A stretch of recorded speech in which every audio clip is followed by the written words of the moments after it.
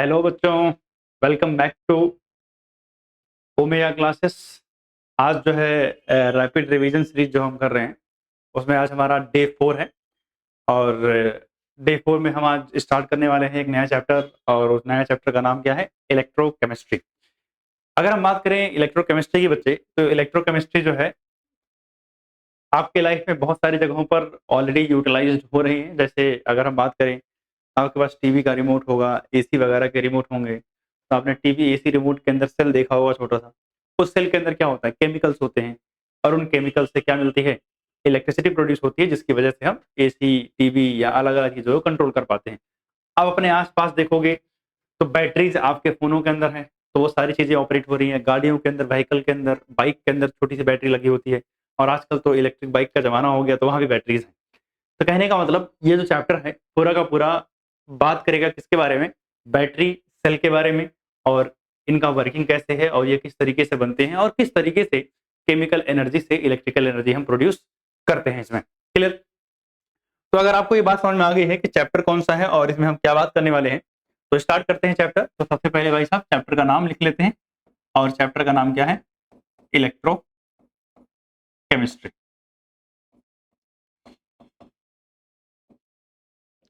सुना ध्यान से। अगर कोई आपसे पूछे या कहे कि भैया इलेक्ट्रोकेमिस्ट्री क्या होती है, तो बड़े सिंपल शब्दों में इलेक्ट्रोकेमिस्ट्री ब्रांच ऑफ केमिस्ट्री है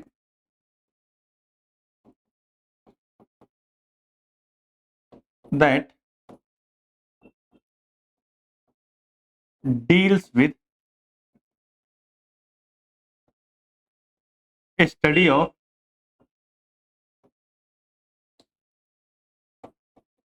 interconversion,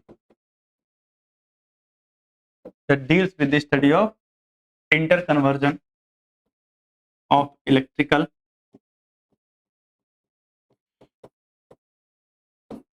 and chemical एनर्जी। जो किसकी स्टडी करती है? इंटर कन्वर्जन के बारे में। किसके? इलेक्ट्रिकल और केमिकल एनर्जी के। मतलब क्या हुआ? जैसे अगर मेरे पास किसी तरीके से कहीं पर केमिकल एनर्जी मिल जाए, क्या मिल जाए? केमिकल एनर्जी मिल जाए, तो इस केमिकल एनर्जी को मैं कन्वर्ट कर दूंगा इलेक्ट्रिकल एनर्जी के अंदर। किसके अंदर? इलेक्ट्रिकल एनर्जी के अंदर। और अगर मुझे कहीं इलेक्ट्रिकल एनर्जी मिल जाए, तो उसको मैं वापस से कहाँ कन्वर्ट कर सकता हूँ? केमिकल एनर्जी के अंदर। यानी इलेक्ट्रिकल एनर्जी से केमिकल एनर्जी, और केमिकल एनर्जी से इलेक्ट्रिकल एनर्जी कैसे बनती है, इसके बारे में जहां हम स्टडी करते हैं, उस ब्रांच ऑफ केमिस्ट्री को क्या बोला जाता है? इलेक्ट्रोकेमिस्ट्री बोला जाता है। ठीक। अब मेरी बात समझना ध्यान से। अगर आप बात करोगे कि सर ये केमिकल एनर्जी से इलेक्ट्रिकल एनर्जी, इलेक्ट्रिकल एनर्जी से केमिकल एनर्जी, ये जो पूरा कन्वर्जन चल रहा है, ये कन्वर्जन होगा थ्रू ए डिवाइस। मतलब कोई ना कोई डिवाइस तो होगी जो ये कन्वर्जन कर रही होगी, और उस डिवाइस को हम बोलते हैं इलेक्ट्रोकेमिकल सेल। क्या बोलते हैं उसको हम? Electrochemical cell. यानी इलेक्ट्रोकेमिकल सेल वो डिवाइस है जो क्या करेगी? केमिकल एनर्जी से इलेक्ट्रिकल और इलेक्ट्रिकल एनर्जी से केमिकल एनर्जी के इंटर कन्वर्जन की बात करता है। उस डिवाइस को हम क्या बोलते हैं? इलेक्ट्रोकेमिकल सेल बोलते हैं। आई होप यहां तक तो क्लियर है। अब मेरी बात सुनना ध्यान से। जैसे आपने, जैसे अभी थोड़ी देर पहले मैंने बोला था, टीवी का रिमोट के अंदर जो सेल लगा होता है छोटा सा, या एसी रिमोट, या कोई सा भी रिमोट लो, छोटा सा सेल जो होता है, बड़ा जो है फेमस एडवर्टाइज आपने सुना होगा, ड्यूरासेल, और अलग अलग कंपनी के सेल आते हैं। आप अगर बात करोगे उस सेल के अंदर क्या होता है, कभी आपने खोल के देखा है, तोड़ के देखा है, तो आपको क्या मिलेगा? उसमें एक रॉड मिलेगी और ब्लैक ब्लैक कलर का पाउडर केमिकल मिलेगा। तो कहने का मतलब, अगर मैं बड़े सिंपल शब्दों में बात करूं, तो उसके अंदर मुझे केमिकल्स मिल रहे हैं। ठीक है, रॉड की बात करेंगे अभी थोड़ी देर में, बट पहले बात कर रहे हैं केमिकल्स मिल रहे हैं। अब ये केमिकल्स हैं, तो हो सकता है वहां कोई केमिकल रिएक्शन हो रही हो, और अगर कोई केमिकल रिएक्शन होगी तो अगर वहां एनर्जी रिलीज हो जाए तो वो केमिकल एनर्जी होगी, और मेरे पास कुछ ऐसा सिस्टम हो कि मैं उस केमिकल एनर्जी को किसमें कन्वर्ट कर दूं, इलेक्ट्रिकल एनर्जी के अंदर, तो काम मेरा हो जाएगा। तो ऐसी कोई सी डिवाइस, जैसे वही सेल हो गया, तो सेल एक डिवाइस है, जो आप नॉर्मल सेल बात कर रहे हो, वो सेल एक डिवाइस ही है जो क्या कर रहा है, केमिकल एनर्जी को इलेक्ट्रिकल एनर्जी में कन्वर्ट कर रहा है। अच्छा सर, इलेक्ट्रिकल से केमिकल कब करते हैं? अच्छा बताओ, आपने क्लास 10th वगैरह छोटी क्लासेस में ही आपने पढ़ा हुआ है इलेक्ट्रोलिसिस। इलेक्ट्रोलिसिस में क्या करते हैं भैया, हम एनोड एंड कैथोड नाम की दो रॉड डालते थे और वाटर का ब्रेक डाउन करते थे। जैसे मान लिया मेरे पास H2 है, क्या है H2, इसको हमने तोड़ दिया H2 प्लस O2 के अंदर, और क्या पास करके, इलेक्ट्रिक करंट पास करके। तो ये रिएक्शन नहीं हो रही थी, इस रिएक्शन को आपने करंट पास पहले करवाया है, और ये H2 और O2 में क्या हो गया है, ब्रेक हो गया है। तो ये वाला जो प्रोसेस है, ये क्या है, वहां पर आप इलेक्ट्रिकल एनर्जी दे करके एक केमिकल रिएक्शन करवा रहे हो, मतलब इलेक्ट्रिकल एनर्जी से केमिकल एनर्जी बना। तो सिंपल सी बात है, हम इन दोनों चीजों का इस्तेमाल अलग अलग जगहों पर करते रहते हैं, यानी जब हमें जरूरत होगी इलेक्ट्रिकल से केमिकल बनाएंगे, जहां जरूरत है तो केमिकल से इलेक्ट्रिकल बनाएंगे। और ये करने वाला जो डिवाइस है उसका नाम क्या है, इलेक्ट्रोकेमिकल सेल है। और जो इलेक्ट्रोकेमिकल सेल होते हैं, ये हमारे पास दो वैरायटी के होते हैं। कितनी वैरायटी के, दो वैरायटी। एक होते हैं गैल्वेनिक सेल, गैल्वेनिक सेल, और दूसरे होते हैं इलेक्ट्रोलिटिक सेल, इलेक्ट्रोलिटिक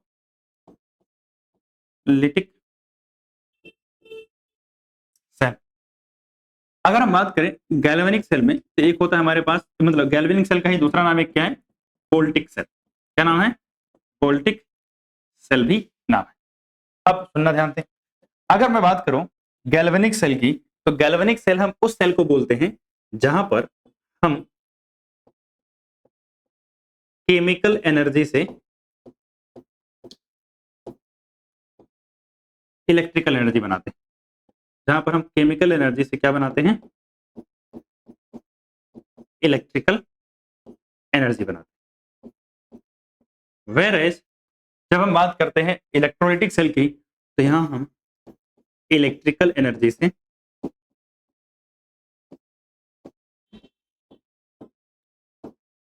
क्या बनाते हैं, केमिकल एनर्जी बनाते हैं, इलेक्ट्रिकल एनर्जी से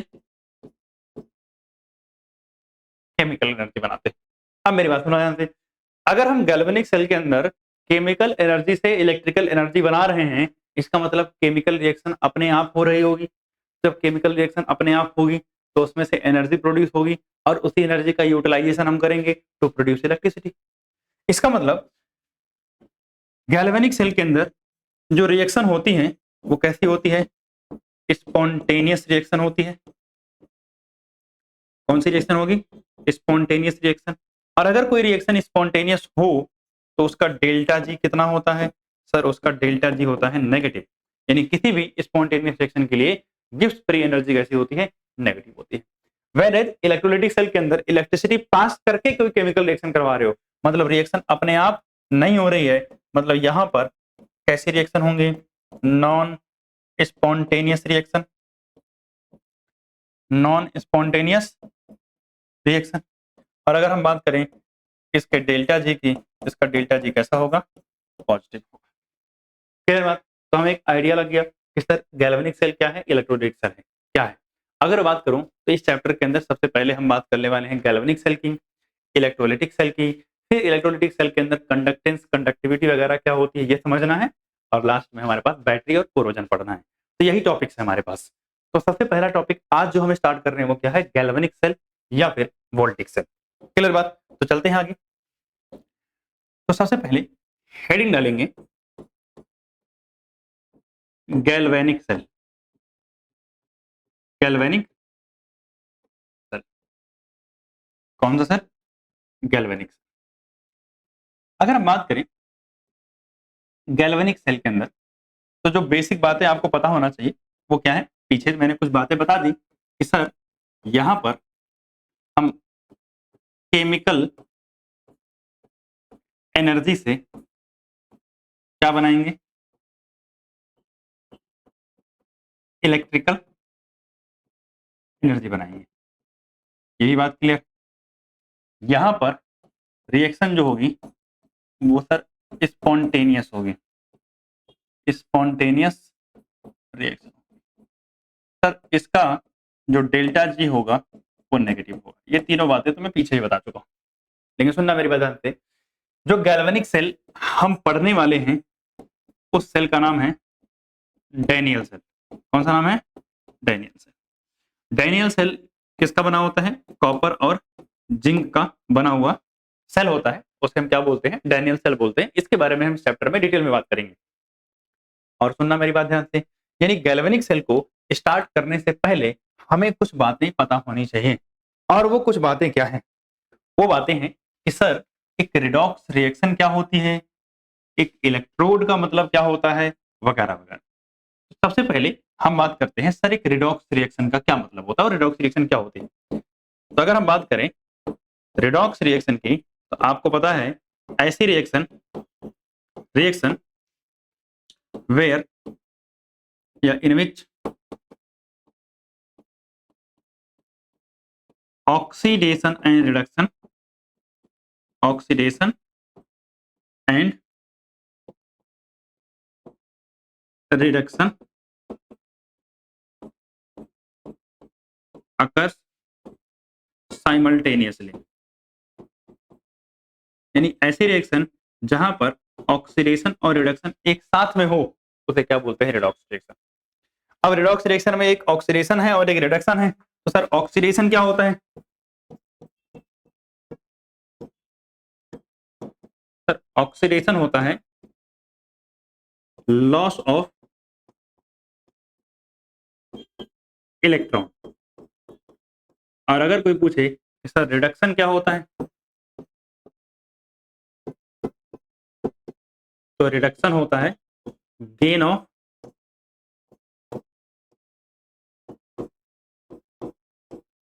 इलेक्ट्रॉन। यानी अगर इलेक्ट्रॉन का गेन हो रहा है तो रिडक्शन है, और अगर इलेक्ट्रॉन का लॉस हो रहा है तो क्या है? ऑक्सीडेशन। क्लियर है बात? अब हमारे पास एक और टर्म आती है और उसका नाम क्या है? इलेक्ट्रोड। इलेक्ट्रोड क्या है? इलेक्ट्रोड कुछ नहीं, बस मेटल और non metal rod on which oxidation and reduction take place. यानी ऐसी रॉड जहां पर ऑक्सीडेशन और रिडक्शन होता है, उस मेटल या नॉन मेटल की रॉड को क्या बोलते हैं? इलेक्ट्रोड बोलते हैं। तो सुनना ध्यान से। सर इलेक्ट्रोड हमारे पास दो तरीके के हो जाएंगे। कितने तरीके के? दो तरीके के। कौन कौन से भाई साहब? एक होगा हमारे पास एनोड और एक हमारे पास होगा कैथोड। सर किसको बोलेंगे एनोड? एनोड हम उस रॉड को बोलेंगे जिस रॉड पर हमेशा ऑक्सीडेशन होगा। इंपॉर्टेंट बात सुनना ध्यान से। ऑलवेज ऑक्सीडेशन, अगर ऑक्सीडेशन यानी हमेशा क्या होगा? ऑक्सीडेशन होगा। कैथोड उस रॉड को बोलते हैं जहां हमेशा क्या हो? ऑलवेज रिडक्शन अगर, ऑलवेज रिडक्शन अगर। यानी जिस रॉड पर हमेशा रिडक्शन होता है उस रॉड को कैथोड बोलते हैं। देखो, एनोड नेगेटिव हो सकता है, एनोड पॉजिटिव हो सकता है, कैथोड नेगेटिव हो सकता है, कैथोड पॉजिटिव हो सकता है। तो चार्ज से याद नहीं रखना है, क्योंकि ये डिपेंड करेगा कि सेल कौन सा है और किस सेल की आप बात कर रहे हो। इसलिए इंपॉर्टेंट बात है कि जब भी एनोड या कैथोड की बात होगी तो हमेशा ध्यान क्या रखना है कि एनोड जो है उस पर ऑक्सीडेशन होता है और कैथोड जो है उस पर हमेशा क्या होता है? रिडक्शन होता है। ये बात दिमाग में घुसा लेना। क्लियर? कोई समस्या नहीं? तो आगे चलते हैं। अगर हम आगे बात करें तो जब हमने समझ लिया कि एनोड क्या है, कैथोड क्या है और वगैरह वगैरह, तो अब हम बात करते हैं कंस्ट्रक्शन ऑफ गैल्वेनिक सेल।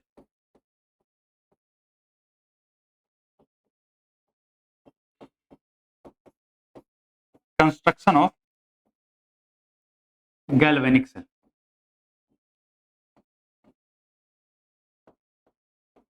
यानी एक गैल्वेनिक सेल कैसा दिखता है और हम उसको बनाते कैसे, अगर हमें ड्रॉ करना है या रिप्रेजेंट करना है तो। जो गैल्वेनिक सेल की हम बात करने वाले हैं उस गैल्वेनिक सेल का नाम है डैनियल सेल। ठीक, तो सबसे पहले एक गैल्वेनिक सेल बनाने के लिए हमें चाहिए होता है भाई कंटेनर। तो एक कंटेनर हमने ये लिया और दूसरी हमने इसकी कॉपी करके बना लिया। ठीक है,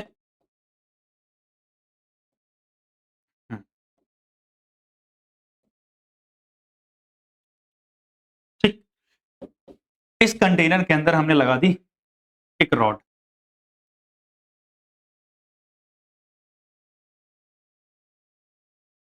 ये और ऐसे ही एक सिमिलर रॉड हमने लगा दिया भाई साहब ये दूसरे वाले कंटेनर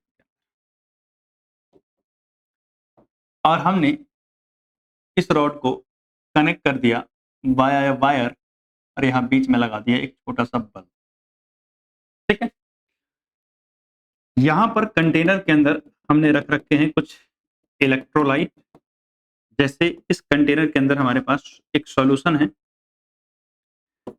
एक्वस ZnSO4 यानी जिंक सल्फेट।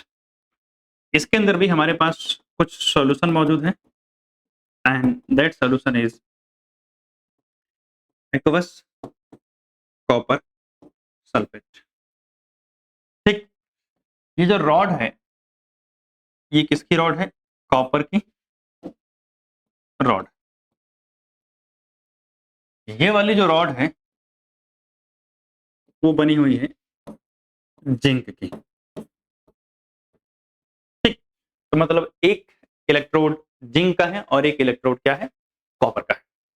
ठीक, अब मेरी बात सुनना ध्यान से, अभी कुछ बातें मेरी मानो, धीरे धीरे क्लियर हो जाएगा। और अब सुनो, ये जब मैंने बना लिया तो मैं कह रहा हूं ये जिंक की रॉड है और इस साइड जो मैं लिखा हूं ये मेरे पास है एनोड और इधर जो मैंने बनाया है ये मेरे पास है कैथोड। अब हमें पता है, अभी थोड़ी देर पहले हमने पढ़ा है कि सर एनोड पर होता है ऑक्सीडेशन, तो एनोड पे क्या मौजूद है? जिंक। तो यहां से होगा जिंक का ऑक्सीडेशन और इस सॉल्यूशन के अंदर मुझे क्या मिलेगा? जिंक 2+ आयन और रॉड में क्या आएंगे? इलेक्ट्रॉन्स। तो इन इलेक्ट्रॉन की वजह से रॉड पे कैसा चार्ज आएगा? Negative charge. तो मैं इलेक्ट्रॉन ना बना के ऐसे माइनस माइनस का चार्ज दिखा दो, चलेगा? इस रॉड के ऊपर क्या आएंगे? इलेक्ट्रॉन और इस इलेक्ट्रॉन की वजह से इसमें क्या होगा? Minus charge. जब इलेक्ट्रॉन यहाँ पर इकट्ठा होंगे तो भैया ये इलेक्ट्रॉन यहाँ से चलना शुरू करेंगे और चलते चलते कहाँ पहुंचेंगे? दूसरे टर्मिनल पर जहां पर कॉपर की रॉड लगी हुई है। कॉपर के सॉल्यूशन के अंदर कॉपर सल्फेट है तो मतलब यहाँ पर Cu2+ आयंस होंगे। ये Cu2+ आयन दो इलेक्ट्रॉन को एक्सेप्ट करेंगे और दो इलेक्ट्रॉन को एक्सेप्ट करने के बाद ये कॉपर यहाँ पर डिपॉजिट हो जाएगा। सही बात। तो इसका मतलब क्या हुआ कि एनोड पर हुआ है ऑक्सीडेशन और कैथोड पे क्या हुआ है? रिडक्शन। अगर हम बात करें तो इस तरफ कंपैरेटिवली उसके देखोगे तो क्या आएगा? पॉजिटिव चार्ज आएगा। ठीक, मतलब इलेक्ट्रॉन एनोड से फ्लो करके कहां गए? कैथोड पर। कैथोड पर क्या था? Positive charge. एनोड पे क्या है? Negative charge. एनोड पे क्या हुआ? रिडक्शन। और रिडक्शन से जो इलेक्ट्रॉन निकले, इलेक्ट्रॉन फ्लो करके कहां गए हैं? Towards cathode. सुना ध्यान से, इलेक्ट्रॉन फ्लो कर रहे हैं एनोड से कैथोड की तरफ। तो आपको पता है जिस डायरेक्शन में इलेक्ट्रॉन फ्लो करते हैं उसके अपोजिट डायरेक्शन में हमेशा करंट का फ्लो आता है। तो करंट कहां से आएगा? कैथोड टू एनोड की डायरेक्शन में फ्लो करेगा। अब मेरी बात सुनो ध्यान से, क्या ये सर्किट कंप्लीट है? सर नहीं, इलेक्ट्रॉन यहां से निकले इधर गए, सर्किट तो कंप्लीट ही नहीं हो रही है, यानी वापस तो आ नहीं रहे। इसका मतलब सर्किट कंप्लीट नहीं है। तो कुछ देर तक ये चलेगा, उसका बंद हो जाएगा। क्यों? क्योंकि यहाँ पर जिंक 2+ आयन बहुत सारे सॉल्यूशन में इकट्ठा होते रहेंगे। यहाँ अगर CO जो है Cu2+ यहाँ था तो सर SO4 2- भी तो होगा और बहुत सारे SO4 2- यहाँ इकट्ठा होते रहेंगे। एज ए रिजल्ट यहाँ बहुत नेगेटिव चार्ज हो जाएगा तो इलेक्ट्रॉन का फ्लो रुक जाएगा। इधर से पॉजिटिव चार्ज बहुत ज्यादा हो जाएगा तो इलेक्ट्रॉन यहाँ से जाएगा। इसका मतलब कुछ देर के बाद ये सर्किट काम करना बंद कर देगी और बंद हो जाएगा। तो अगर मुझे इसे कंप्लीट करना है तो हमने क्या किया? यहाँ पर एक यू शेप की ट्यूब लगा दिया। यहाँ में क्या किया? एक यू शेप की ट्यूब लगा दिया। अब सर इस यू शेप की ट्यूब का क्या काम है? ये जो यू शेप की ट्यूब है इसे हम बोलते हैं सॉल्ट ब्रिज। क्या बोलते हैं इसको हम? सॉल्ट ब्रिज बोलते हैं। ठीक, इस सॉल्ट ब्रिज के अंदर हमने अगार वगैरह मिला करके उसमें NH4Cl जैसे कुछ इलेक्ट्रोलाइट डाल दिए। अब बताओ मुझे कि ये जो NH4Cl है इसमें NH4 प्लस होगा और Cl माइनस होगा। इस तरफ यानी एनोड की तरफ कौन सा चार्ज आ रहा था? पॉजिटिव। तो इधर मूव करके कौन आएगा? Cl minus. इधर मूव करके कौन जाएगा? NH4 plus. कौन जाएगा? NH4 plus. तो अगर बात करूं तो NH4 प्लस जा रहा है कहां पर? Towards cathode. और Cl माइनस कहां जा रहा है? एनोड। अच्छा, इंपॉर्टेंट बात, जब NH4Cl डालते हैं तो वो जेली लाइक सब्सटेंस अगार वगैरह के अंदर मिला के डालते हैं ताकि धीरे धीरे रिलीज हो।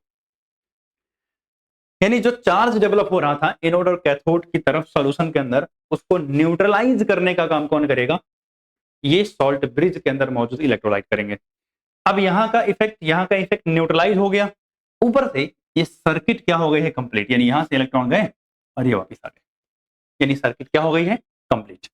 सर्किट कंप्लीट होने की वजह से करंट का फ्लो क्या हो जाएगा? सर्किट कंप्लीट होने की वजह से करंट का फ्लो कॉन्टिन्यूअस हो जाएगा। तो जब तक आपके पास इलेक्ट्रोलाइट मौजूद है सॉल्यूशन के अंदर तब तक ये सेल काम करता रहेगा। ये जो पूरी की पूरी स्ट्रक्चर थी ये किसकी है?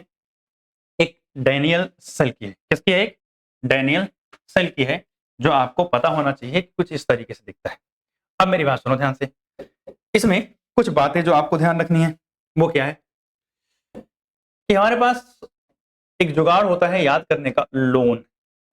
लोन से याद रखना है, एल का मतलब होता है लेफ्ट, ओ का मतलब होता है ऑक्सीडेशन, ओ का मतलब क्या है? ऑक्सीडेशन, ए का मतलब क्या है? एनोड, और एन का मतलब क्या है? नेगेटिव। तो कहने का मतलब क्या हुआ कि जरूरी नहीं है कि हम इसको लेफ्ट की तरफ ही रखें, बट बाय कन्वेंशन हम ऐसा मान के चल रहे थे, ये कंफ्यूजन ना हो ज्यादा चल के आगे, कि लेफ्ट की तरफ जो होगा वो एनोड होगा और उस रॉड पर ऑक्सीडेशन होगा और वो हमेशा नेगेटिव होगा in case of galvanic cell. Clear बात है? तो इस तरीके से आपको ध्यान रखना है कि लेफ्ट एनोड वगैरह वगैरह। ठीक है, अब अगर मैं बात करूं तो सर एनोड हाफ रिएक्शन अगर बात करूं, भाई दोनों पे हो रही है रिडॉक्स रिएक्शन, तो अगर मैं एनोड रिएक्शन लिखूं जिसको मैं ऑक्सीडेशन हाफ रिएक्शन यानी OHR भी बोल सकता हूं, तो सर एनोड पर क्या हो रहा है? सर एनोड पे जिंक जो था वो ऑक्सीडाइज हो रहा है। ऑक्सीडाइज होने का मतलब सर जिंक 2 प्लस में कन्वर्ट हो रहा है और 2 इलेक्ट्रॉन लूज कर रहा है। ठीक, ठीक है सर। दूसरा कि सर जो कैथोड हाफ रिएक्शन है यानी कैथोड रिएक्शन है, वहां सर क्या हो रहा है? वहां सर रिडक्शन हो रहा है, तो उसको हम RHR यानी रिडक्शन हाफ रिएक्शन बोल सकते हैं। बात सही है? और अगर हम बात करें उस तरफ तो मेरे पास क्या है? कॉपर 2 प्लस था, इसने 2 इलेक्ट्रॉन एक्सेप्ट किया और क्या किया? कॉपर बना दिया। ठीक, ये आपको पता है सॉलिड फॉर्म में था, ये एक्वस में चला जाएगा और ये एक्वस फॉर्म में था और ये सॉलिड। तो अगर हम इस पूरी रिएक्शन को जोड़ दें तो इससे जो रिएक्शन बनेगी उस रिएक्शन को हम बोलते हैं सेल रिएक्शन, यानी पूरी सेल के अंदर क्या रिएक्शन हो रही है। तो सर पूरी रिएक्शन को जोड़ते समय इस 2 इलेक्ट्रॉन से 2 इलेक्ट्रॉन कैंसिल, क्योंकि ये रिएक्टेंट में है, ये प्रोडक्ट में है। तो बचा क्या सर? इधर इधर बचा है जिंक सॉलिड में plus copper 2 plus aqueous form में,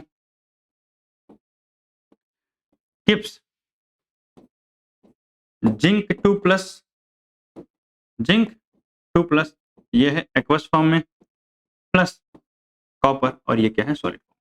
यानी ये क्या है? Cell reaction. यानी एक सेल के अंदर ये रिएक्शन चल रही है, जिस सेल की हम बात कर रहे हैं इसमें ये रिएक्शन हो रही है। क्लियर है बात यहां तक? यानी oxidation half reaction, reduction half reaction कैसे लिखा जाता है? जहां ऑक्सीडेशन हो रहा है उसकी ऑक्सीडेशन हाफ रिएक्शन लिखोगे, रिडक्शन हाफ रिएक्शन लिखोगे और सेल रिएक्शन लिखोगे। अब बात आती है कि सर एक सेल का रिप्रेजेंटेशन कैसे होता है? Cell representation. देखना था, अगर मैं एक सेल के रिप्रेजेंटेशन की बात करूं, यानी जो सेल हमने बनाया इसी को हम रिप्रेजेंट करके देख लेते हैं। अगर मैं एक सेल के रिप्रेजेंटेशन की बात करूं तो बड़ा सिंपल सा काम है। देखना, एक पैरेलल लाइन खींचेंगे और ये पैरेलल लाइन रिप्रेजेंट करती है किसको?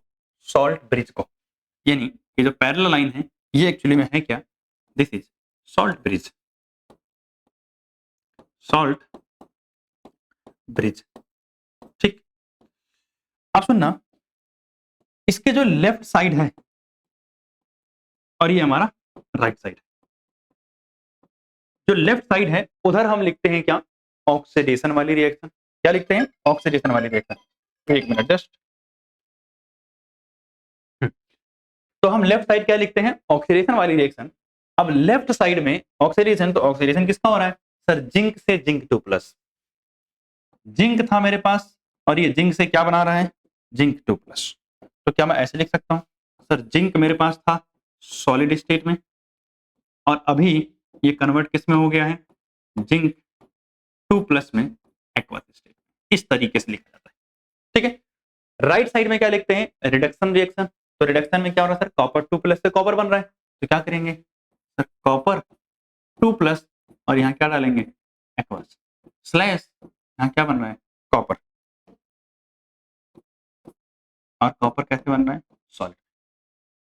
ठीक, अगर कंसंट्रेशन, वैसे जरूरत पड़ेगी हमें बाद में, अगर मान लिया कहीं कंसंट्रेशन वगैरह दे रखी है तो यहाँ नीचे आपको कंसंट्रेशन लिखी हुई मिल जाएगी।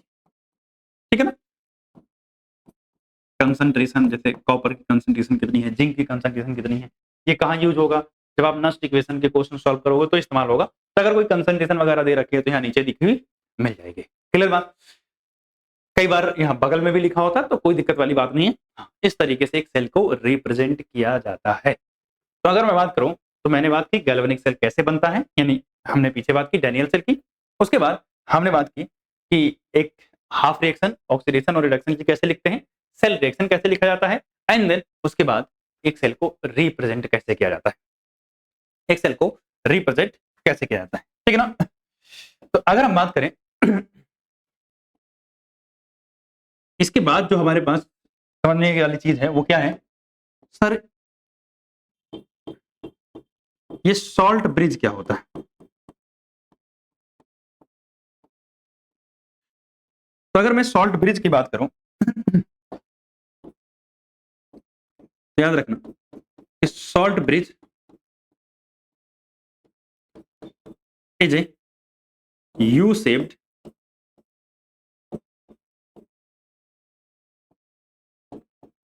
glass tube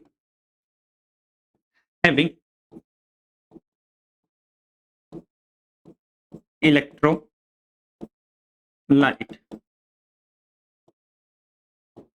mixed with agar। ठीक, अब आपसे कहता है कि भैया इलेक्ट्रोलाइट जो सॉल्ट ब्रिज है इसका फायदा, मतलब ठीक है सॉल्ट ब्रिज आपने लगाया लेकिन इसके एडवांटेज क्या है? इसके एडवांटेज क्या? तो सर एडवांटेज में सबसे पहला तो सर सर्किट कंप्लीट कर रहा था। क्या कर रहा था? सर्किट। तो ये सर्किट पहले ही इनकम्प्लीट थी, सॉल्ट ब्रिज लगाने से सर्किट क्या हो गई? यानी सर्किट कंप्लीट करता है। दूसरा, इलेक्ट्रिकल न्यूट्रलिटी मेंटेन करता है, इलेक्ट्रिकल न्यूट्रलिटी मेंटेन करता है। क्लियर? क्या मेंटेन करता है? इलेक्ट्रिकल न्यूट्रलिटी मेंटेन करता है। क्लियर बात? तो यहां तक की बात हुई कि हमारे पास सॉल्ट ब्रिज क्या है वगैरह वगैरह। अब सुनो कुछ और इंपॉर्टेंट बात है, वो क्या है कि सर करंट का फ्लो कहां से कहां हो रहा है गैल्वेनिक सेल के अंदर? अगर मैं गैल्वेनिक सेल के अंदर बात करूं तो करंट का फ्लो आपने देखा कि सर कैथोड से कहां हो रहा था? कैथोड टू एनोड, यानी कैथोड से एनोड की तरफ हो रहा था। कैथोड से एनोड की डायरेक्शन में करंट का फ्लो हो रहा था। और अगर मैं बोलूं, अच्छा एक और चीज, ये कहाँ है, आउटसाइड सर्किट में। अगर आपसे पूछे अंदर कहाँ हो रहा है, तो अंदर उल्टा हो जाएगा, यानी एनोड टू कैथोड। ये कहाँ होगा, इनसाइड। लेकिन ज्यादातर केस में इंपॉर्टेंट है, आपको ध्यान रखना है क्या, आउटसाइड सर्किट की ही बात होती है। तो इस तरीके से अगर हम मतलब मेंशन कर दें, तो आपको पता है कैथोड किसका था, कॉपर का, एनोड किसका था, जिंक का, तो हम बोल सकते हैं कॉपर टू जिंक फ्लो हो रहा था। करंट फ्लो के बाद जो है, अगर हम बात करें, तो इलेक्ट्रॉन का फ्लो, इलेक्ट्रॉन का फ्लो किस डायरेक्शन में हो रहा था, तो सर इलेक्ट्रॉन के फ्लो की अगर बात करूं मैं, तो ये एनोड से कहां जा रहे थे, एनोड टू कैथोड, और ये बात कहां है, आउटसाइड। जबकि अगर मैं इनसाइड बात करूंगा, तो ये कहां से कहां मूव कर रहे थे, cathode to anode.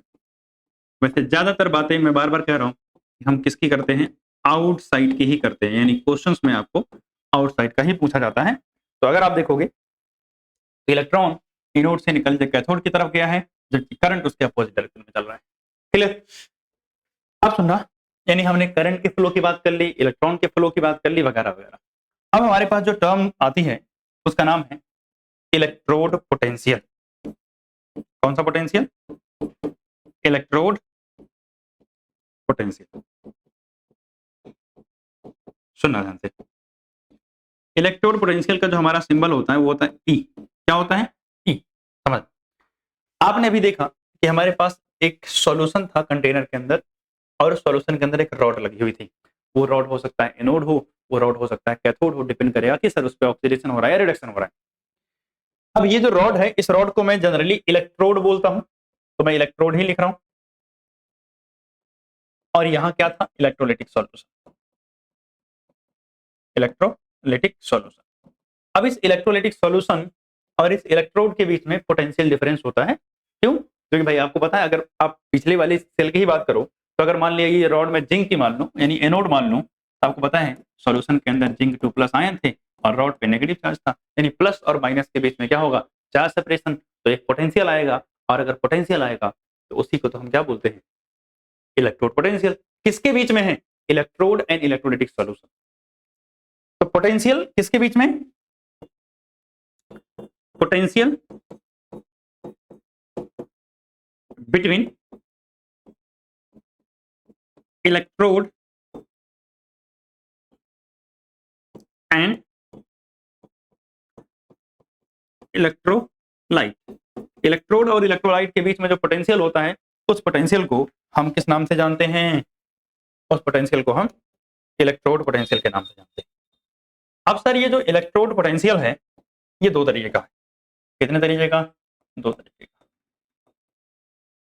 Electrode potential, ठीक, जो इलेक्ट्रोड पोटेंशियल होता है, इसमें एक हमें मिलेगा ऑक्सीडेशन पोटेंशियल, ऑक्सीडेशन पोटेंशियल, और दूसरा हमें मिलेगा रिडक्शन पोटेंशियल, रिडक्शन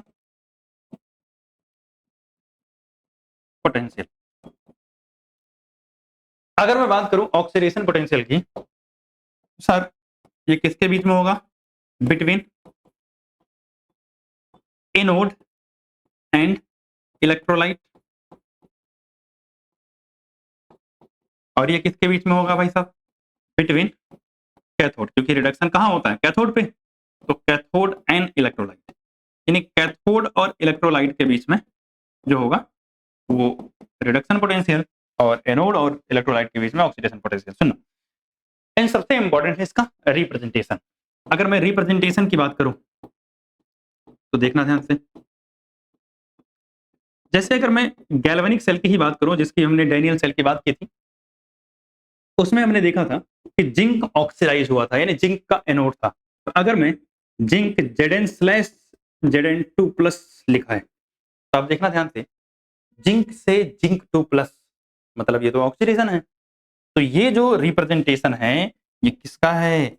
ये सर रिप्रेजेंटेशन ऑक्सीडेशन पोटेंशियल का, ओपी। ठीक, लेकिन अगर मैं दूसरी तरफ बात करूं तो मैंने कॉपर की रॉड ली थी और कॉपर का क्या हुआ था? रिडक्शन हुआ था। तो अगर मैं लिख दूं, इधर देखिए रिप्रेजेंटेशन में, रिप्रेजेंटेशन अगर मैं लिख दूं ई और यहाँ Cu2+/Cu, इसका मतलब कॉपर 2+ से कॉपर बन रहा है, और कॉपर 2+ से कॉपर बनना ये तो रिडक्शन होता है। और अगर कहीं पर रिडक्शन हो रहा है तो मैं इसको क्या बोलता हूं सर? आरपी, यानी रिडक्शन पोटेंशियल। क्या बोलता हूं? Reduction potential. क्लियर?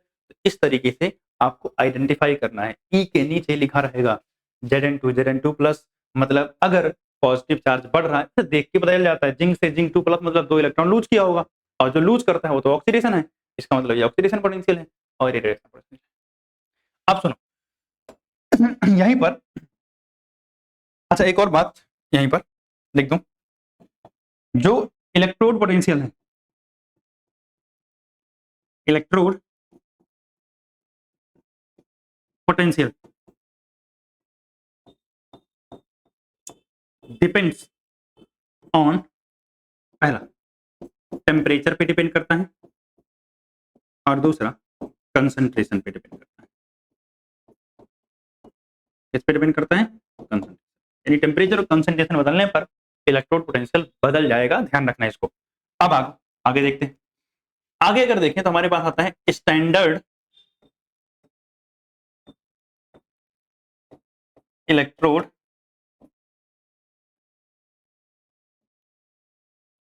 पोटेंशियल। अगर आप स्टैंडर्ड इलेक्ट्रोड पोटेंशियल की बात करोगे तो सिंबल में बस ऊपर नॉट लग जाएगा। अब देखो ध्यान से, जब भी केमिस्ट्री में स्टैंडर्ड शब्द आता है तो बड़ी सिंपल सी एक बात होती है, वो क्या? सर ये सारी मेजरमेंट आप कहाँ करने लगते हो? At standard condition. Sir standard condition क्या है? टेम्परेचर कितना होना चाहिए? 298 केल्विन, और प्रेशर 1 atm अगर है, और अगर कंसंट्रेशन है तो कितनी होनी चाहिए? 1 मोलर होना चाहिए, ठीक है ना? तो मतलब यहाँ पर क्या होगा कि हम मेजर तो वही करेंगे, electrode potential he, electrode potential at 298 kelvin and 1 molar concentration, ठीक। और अगर कहीं जरूरत हो तो 1 atm प्रेशर। ये स्टैंडर्ड कंडीशन पर अगर आप कोई मेजरमेंट करोगे तो वो क्या होगा? स्टैंडर्ड इलेक्ट्रोड पोटेंशियल होगा। एज यूजुअल जैसे आपने वहां पढ़ा था, तो जो SEP है यानी स्टैंडर्ड इलेक्ट्रोड पोटेंशियल है, ये दो तरीके का होगा। एक होगा SOP यानी स्टैंडर्ड ऑक्सीडेशन पोटेंशियल, और एक होगा SRP यानी स्टैंडर्ड रिडक्शन पोटेंशियल, ठीक। तो अगर मैं बात करूं स्टैंडर्ड ऑक्सीडेशन पोटेंशियल, और ये क्या होगा? Standard reduction potential, reduction potential. Main है क्या? रिप्रेजेंटेशन। अगर मैं रिप्रेजेंटेशन की बात करूं तो मैं क्या लिखूंगा? E0 Zn/Zn2+, ठीक। और अगर हम बात करें इसकी तो क्या हो जाएगा? E0 copper 2+/कॉपर, ठीक। सिर्फ नॉट लगा देना है और कुछ नहीं। अब मेरी बात एक इंपॉर्टेंट समझना, जो SRP होगा वो क्या होता है? माइनस ऑफ SOP के बराबर होता है। SRP is equal to minus of SOP। और बात समझो, अकॉर्डिंग टू IUPAC हम जहां कहीं भी कैलकुलेशन कर रहे होंगे या हम जो भी चीजें सॉल्व कर रहे होंगे न्यूमेरिकल्स वगैरह के अंदर, तो हम ज्यादातर केसेस में SRP की ही बात करेंगे। किसकी बात करेंगे? SRP की ही बात करेंगे। SRP ही हमारा मेन प्रायोरिटी होगी। हाँ, आप चाहो तो SOP की बात कर सकते हो, कोई रिस्ट्रिक्शन नहीं है, बट हम मोस्टली सॉल्यूशंस या क्वेश्चंस को सॉल्व करते समय किसकी बात करेंगे? SRP। अब सुनो,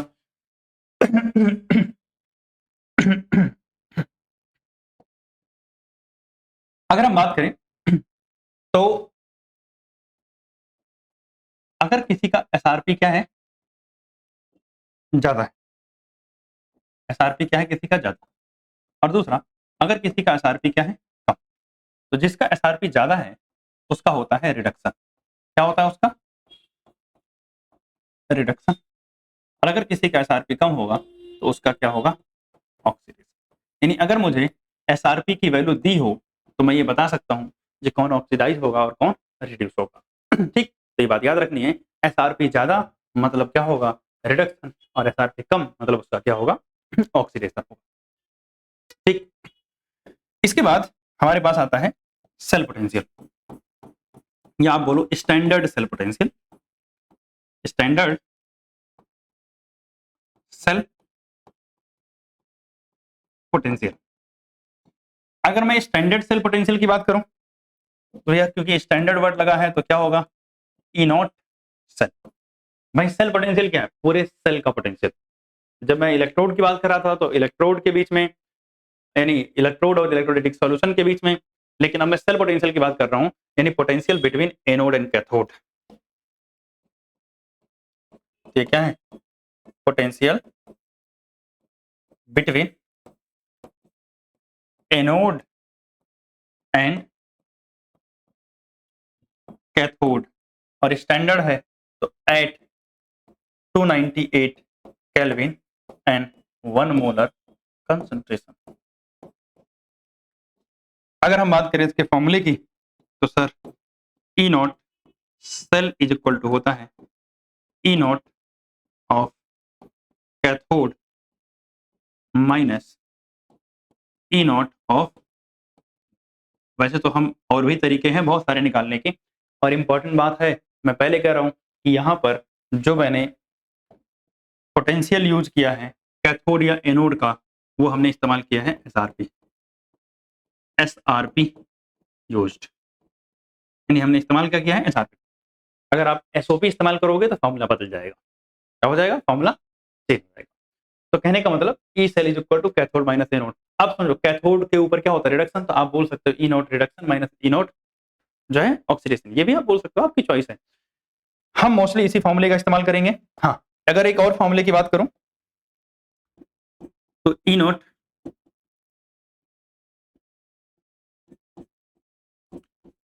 सेल इज इक्वल टू होता है ई नोट, या ऐसे बोलो, एक का एसओपी और एक के एसआरपी के साथ जोड़ दो। बट मैं ये कहूंगा कि ज्यादा दिमाग अपना खराब नहीं करना है, बड़े सिंपल शब्दों में इतना याद रखना है, कैथोड यानी हम हमेशा कैलकुलेशन में एसआरपी यूज करेंगे, और कैथोड के एसआरपी में से एनोड के एसआरपी को माइनस कर देंगे, बात खत्म हो जाएगा। ठीक है ना? तो आज की क्लास हम यहीं तक रख रहे हैं। बाकी अगली क्लास में हम बात करेंगे नस्ट इक्वेशन की, ईएमएफ कैसे कैलकुलेट करते हैं, गिब्स फ्री एनर्जी कैसे निकालते हैं, वर्क कैसे कैलकुलेट किया जाता है, वगैरह वगैरह। ठीक है ना? तो आज बस यहीं तक, मिलते हैं अगली क्लास में। आज के लिए धन्यवाद।